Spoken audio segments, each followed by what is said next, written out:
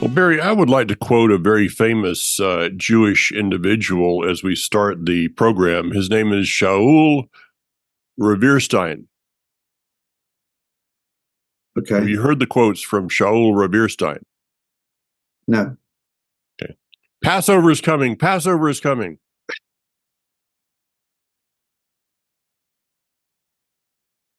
No, I haven't heard of him.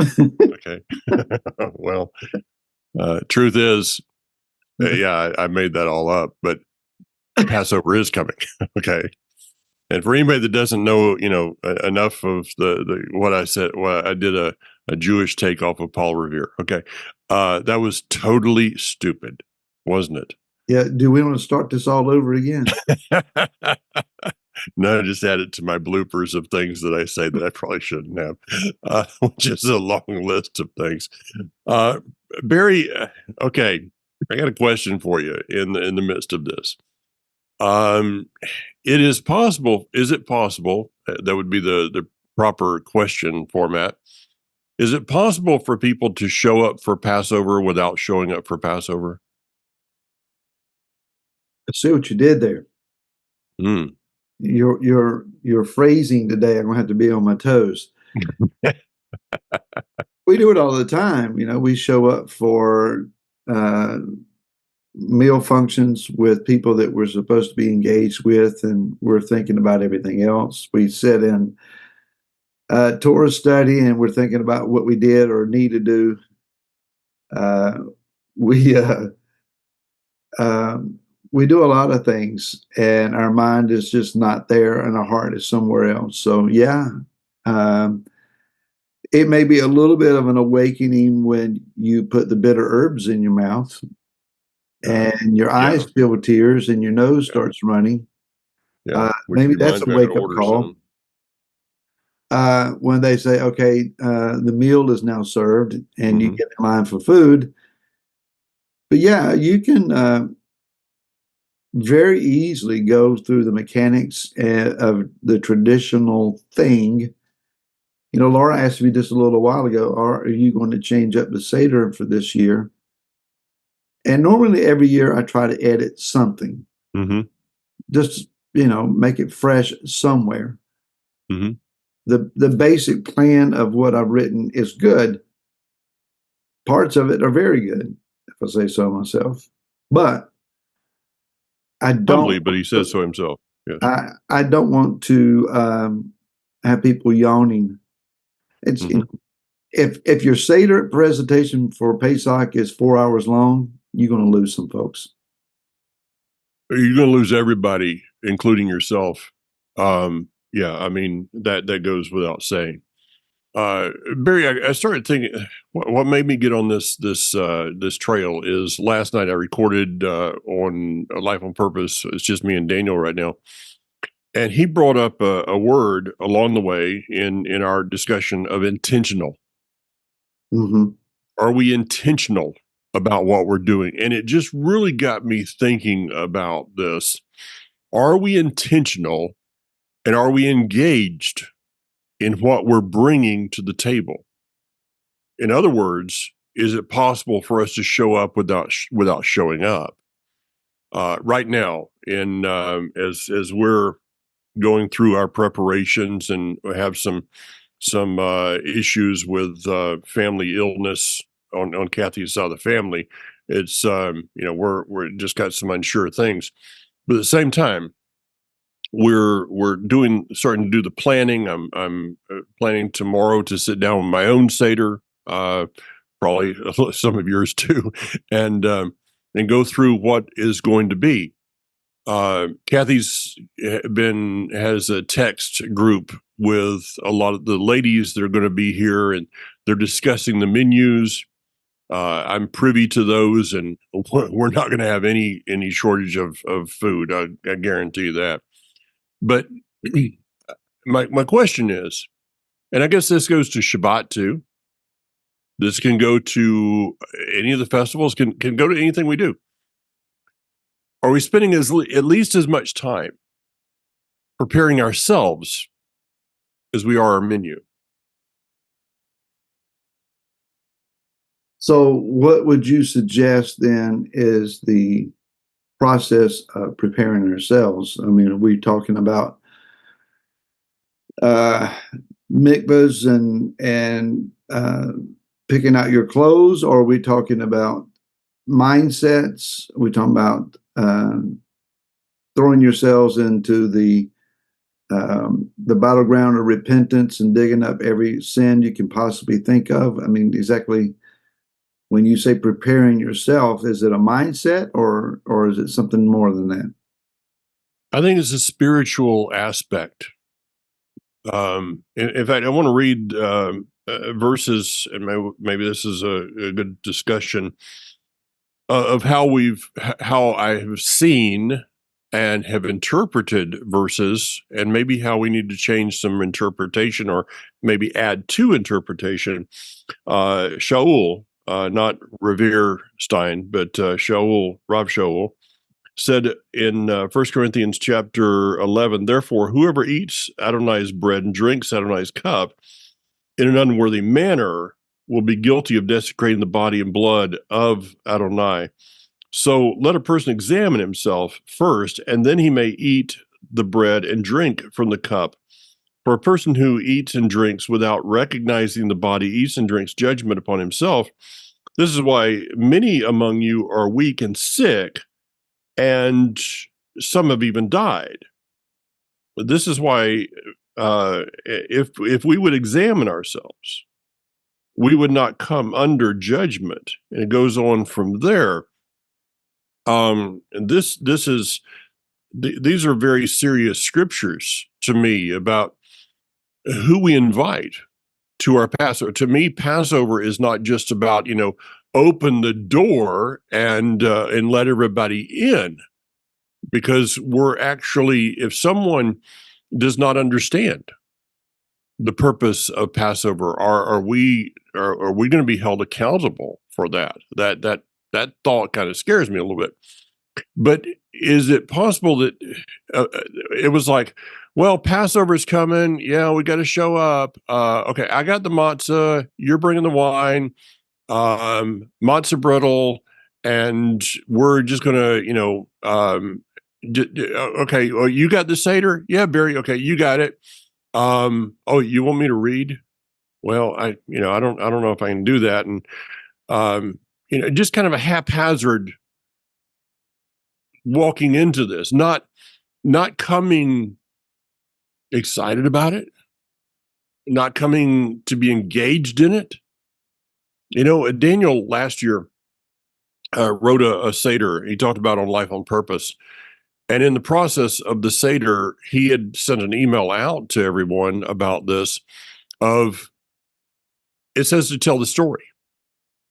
Well, the story also includes your story. The story includes my story. Mm-hmm. So what we did at Passover last year is we went around the table, and those who desired to shared their story, their testimony.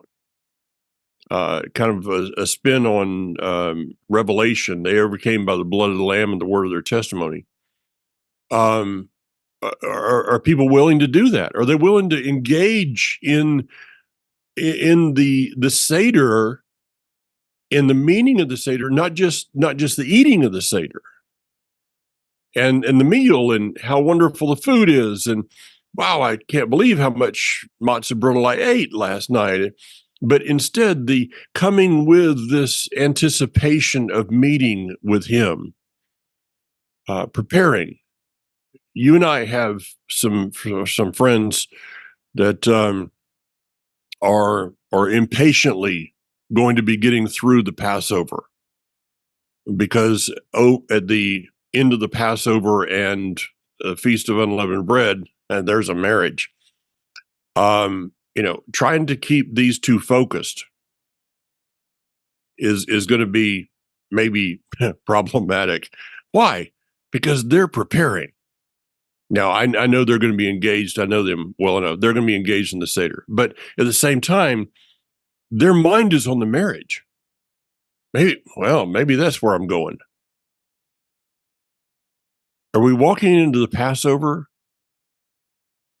the betrothal with the anticipation of a marriage?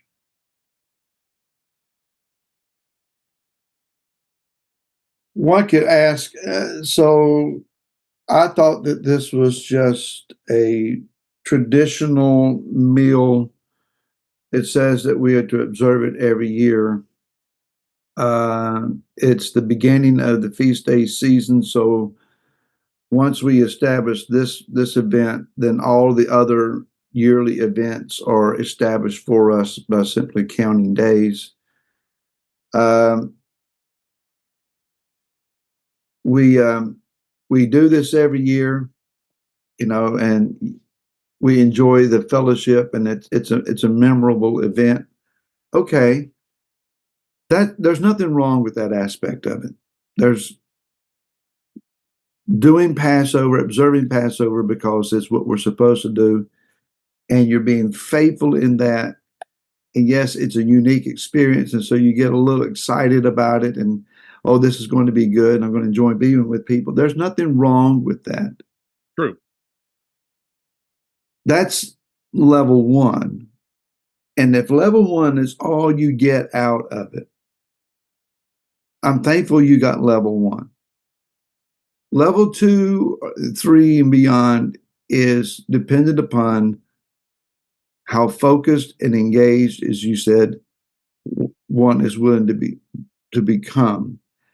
I was thinking about this morning, Mike, and in 2 Kings 13, Elisha, the prophet, is about to die. Mhm. And Joash comes to him, not really an observant person. He addresses him as my father, the chariots of Israel and their horsemen. Now, I'm not real sure, what he's trying to say there. Mm. Elisha instructs him to take a bow and some arrows and to open the east window and shoot. And he said, now take the remaining arrows and strike the ground. And he did so 3 times and stopped. And Elisha rebuked him. You should have struck the ground many times so you would thoroughly beat your adversaries. But as it is, because you lack spiritual intensity, Good words. the intensity of your prophetic actions are small. So obviously, Joash was not thoroughly engaged. He was not perceiving the incredible importance of the moment. It was level one experience for him. Mhm. He should have been 2, 3, or 10. But because he failed in doing that, whatever gain that he was to achieve would be short lived and small by comparison of what could have been. Mhm. So I guess we should ask the question in retrospect after Pesach, what could have been if I had been more focused and engaged in the actual event, this observance of his day? Yeah. God did not just arbitrarily pick out, say, I think I'll take this day in the spring, and that's good enough.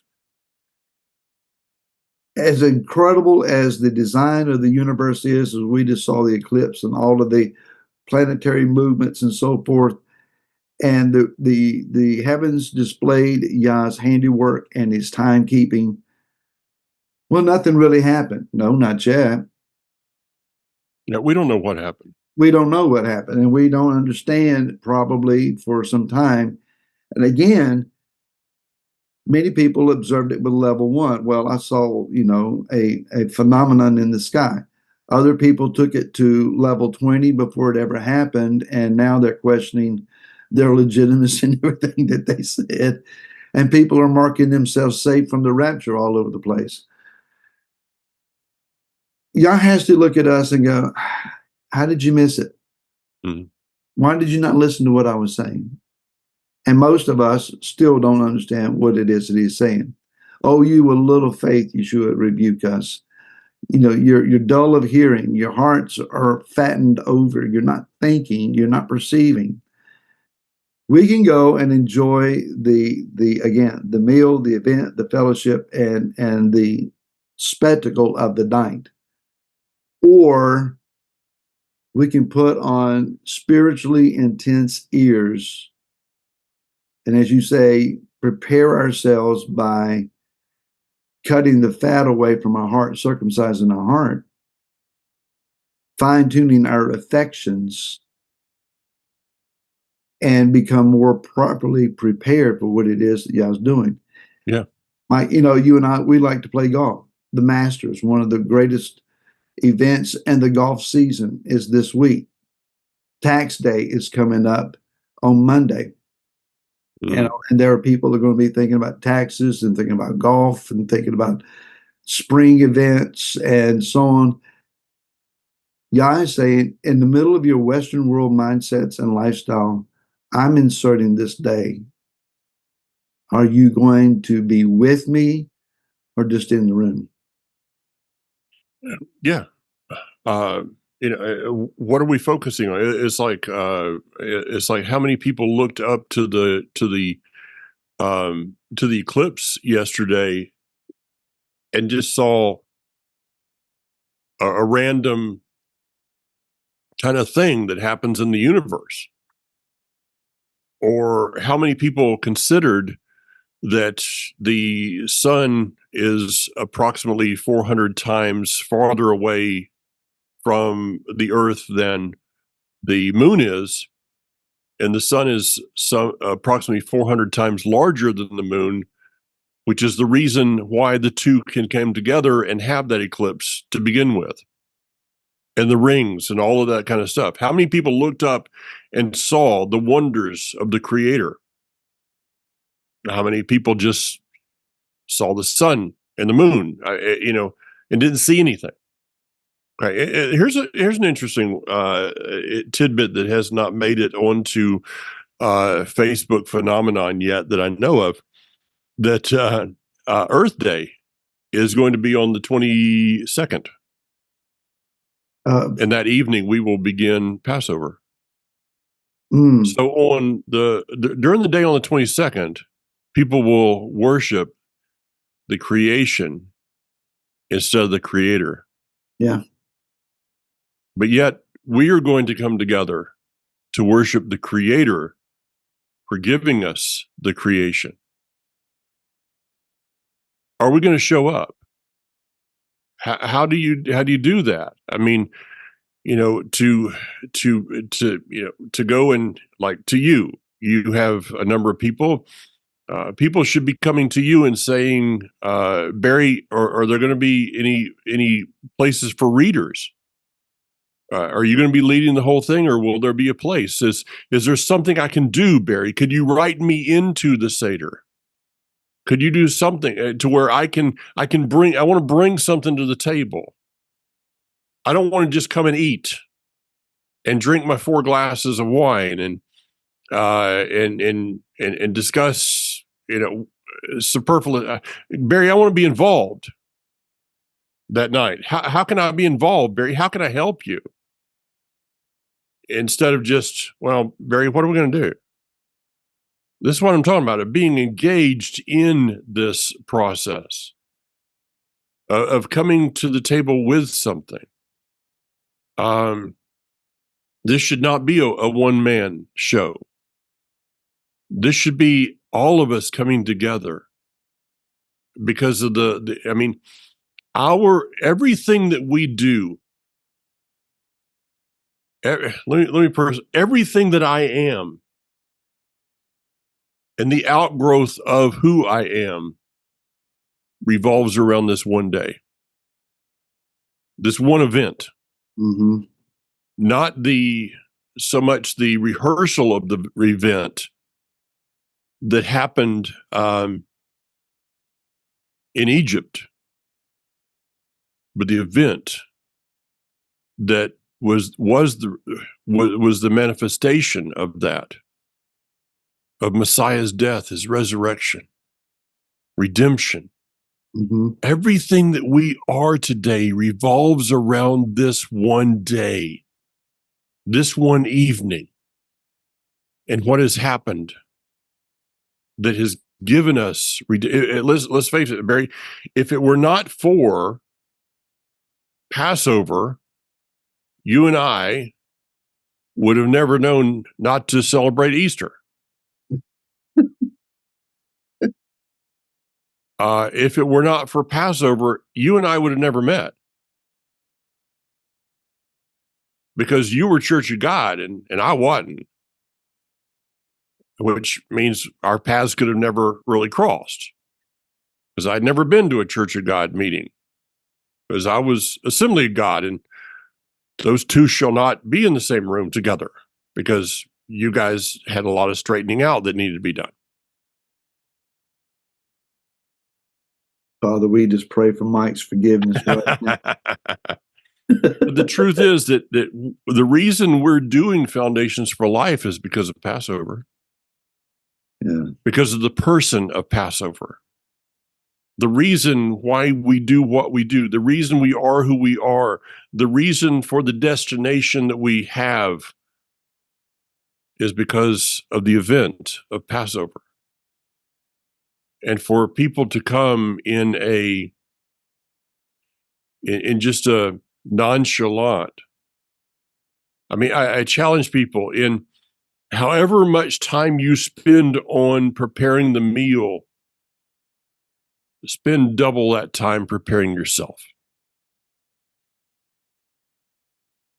Going back to the prophets again, Eliyahu Hanavi, Elijah the prophet, looked at the gathering of people on Mount Carmel, and he said, "How long will you keep Pesaching between two opinions?" Mm-hmm. In other words, Pesach means to leap over, jump over, hop over, pass by. And he could see that they were back and forth in their devotion and loyalty. And it would seem it's whichever God is helping me the most at the moment. Yeah. What have you done for me lately? Mindset. That's no different than the political arena. Which candidate offers me the best deal? Or the question is, are you better off now than you were 4 years ago? Everybody uses that phrasing. Eliyahu was challenging them. Let's figure out who the real power is, the real El Gibor. And if it's Baal, serve him. If it's Yod-Heh-Vav-Heh, you serve him. But enough of this jumping back and forth, Pesaching. Speaks to where we're at on this conversation. We may not be bowing down before idols. We may not deny the reality of Yeshua or of Yahweh. But by our actions, are we engaged with them? If one would not pay attention to their spouse for a few days on end, never really addressing them, acknowledging them in the home with them, never informing them of what it is that they're going out for or what they're trying to achieve, the spouse may feel alienated and distant and easily wonder what's going on with them. What did I do? Yeah. It's not uncommon for us to just go through our day-to-day routine and just assume, oh, I have, I love the Lord and I read the word and I pray. Well, but not consistently. Are we engaged? Are we focused? Are we staying in tune? Or are we assuming that it'll all come out in the wash, it'll all be okay in the final end of things, when it really matters? When that Pesach comes around that's really, really important, well, you can count on me. I'll be right there in the middle of it. I'll be really, really focused.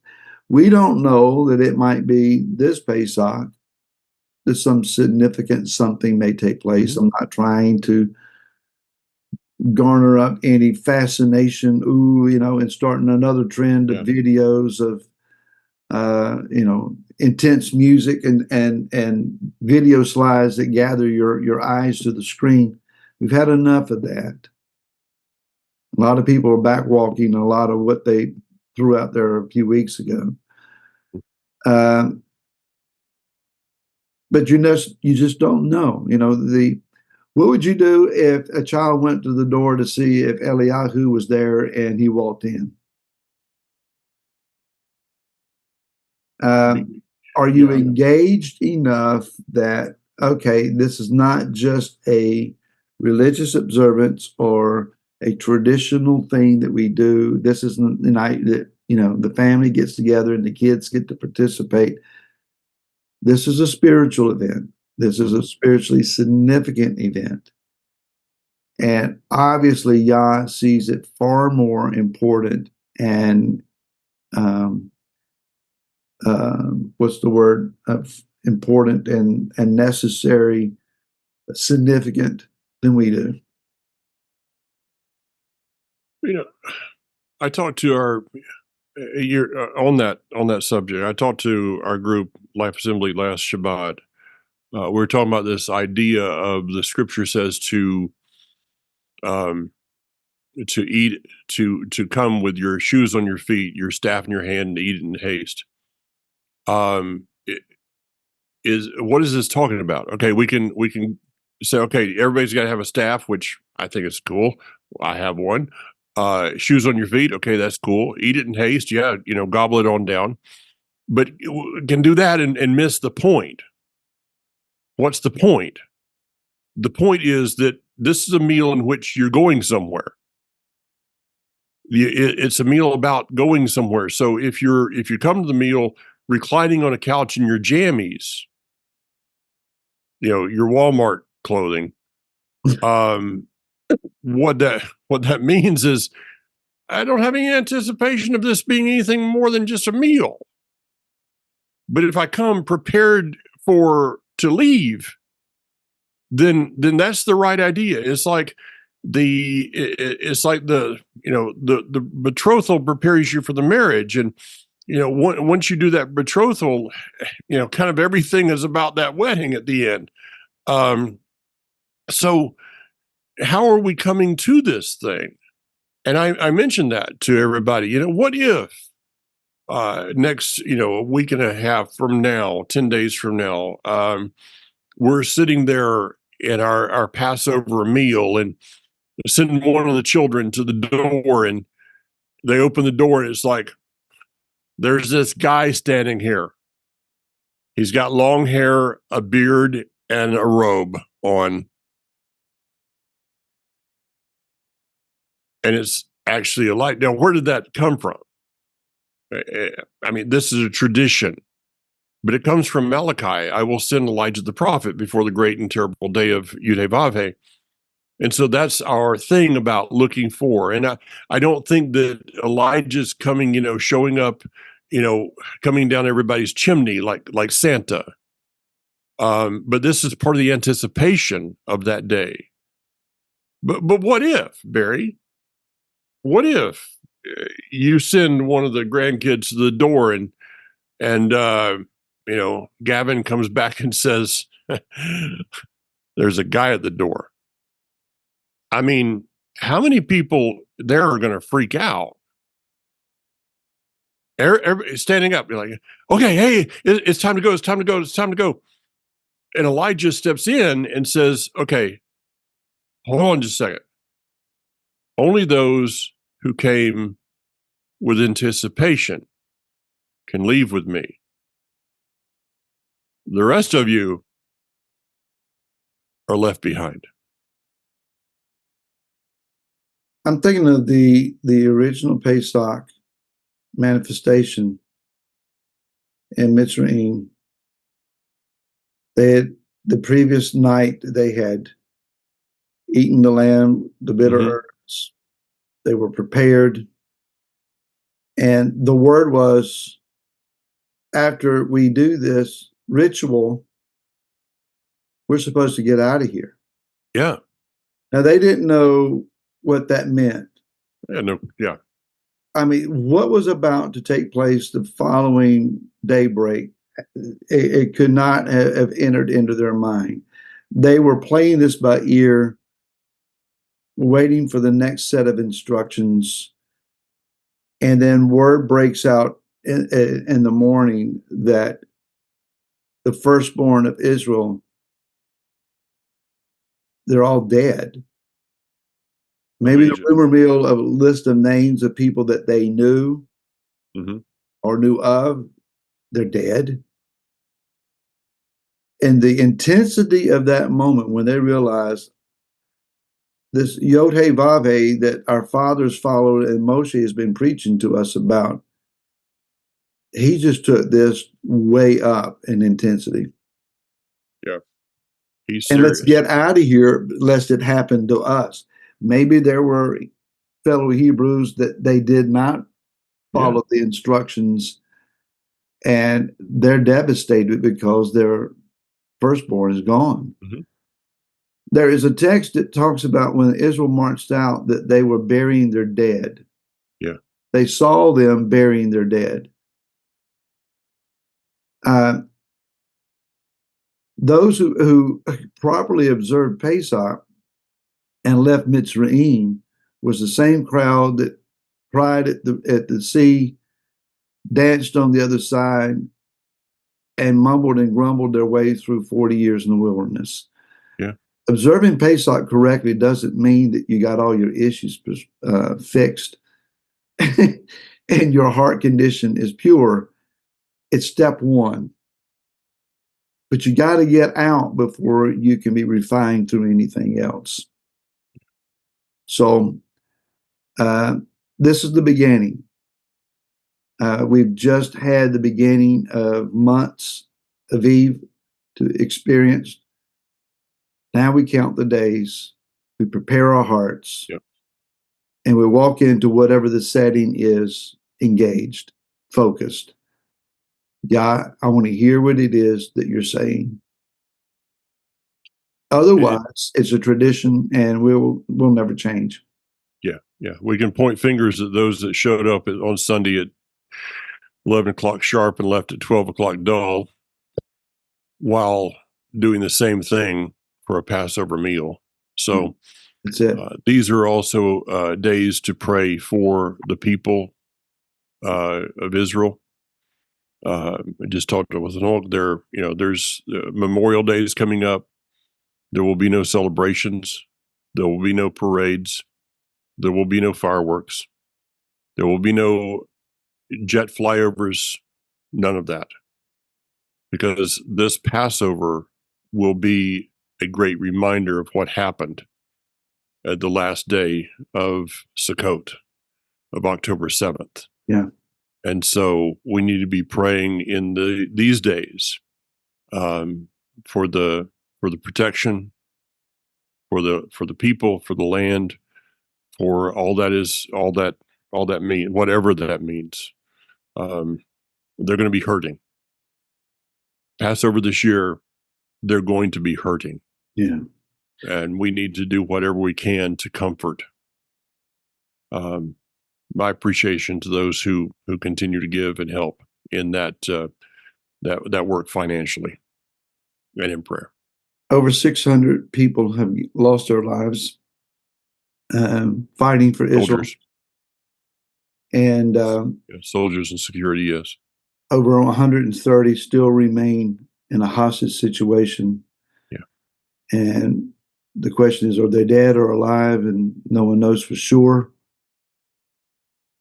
The world's governments have got their hands in the middle of the mix, trying to orchestrate their opinioned outcome and how this is supposed to work. So it's not time to lose your intensity in prayer and intercession. No doubt. No doubt. Thank you for watching, folks. Thank you for sharing in your social media. If you hit the like button, if you make comments, for however that works on YouTube, it helps to promote and make visible Foundations for Life. So we appreciate you doing that as well. And And the share button doesn't hurt either. share button helps. Yeah. Yeah. All right. Till next week. We'll see you next week, folks. See you, Mike.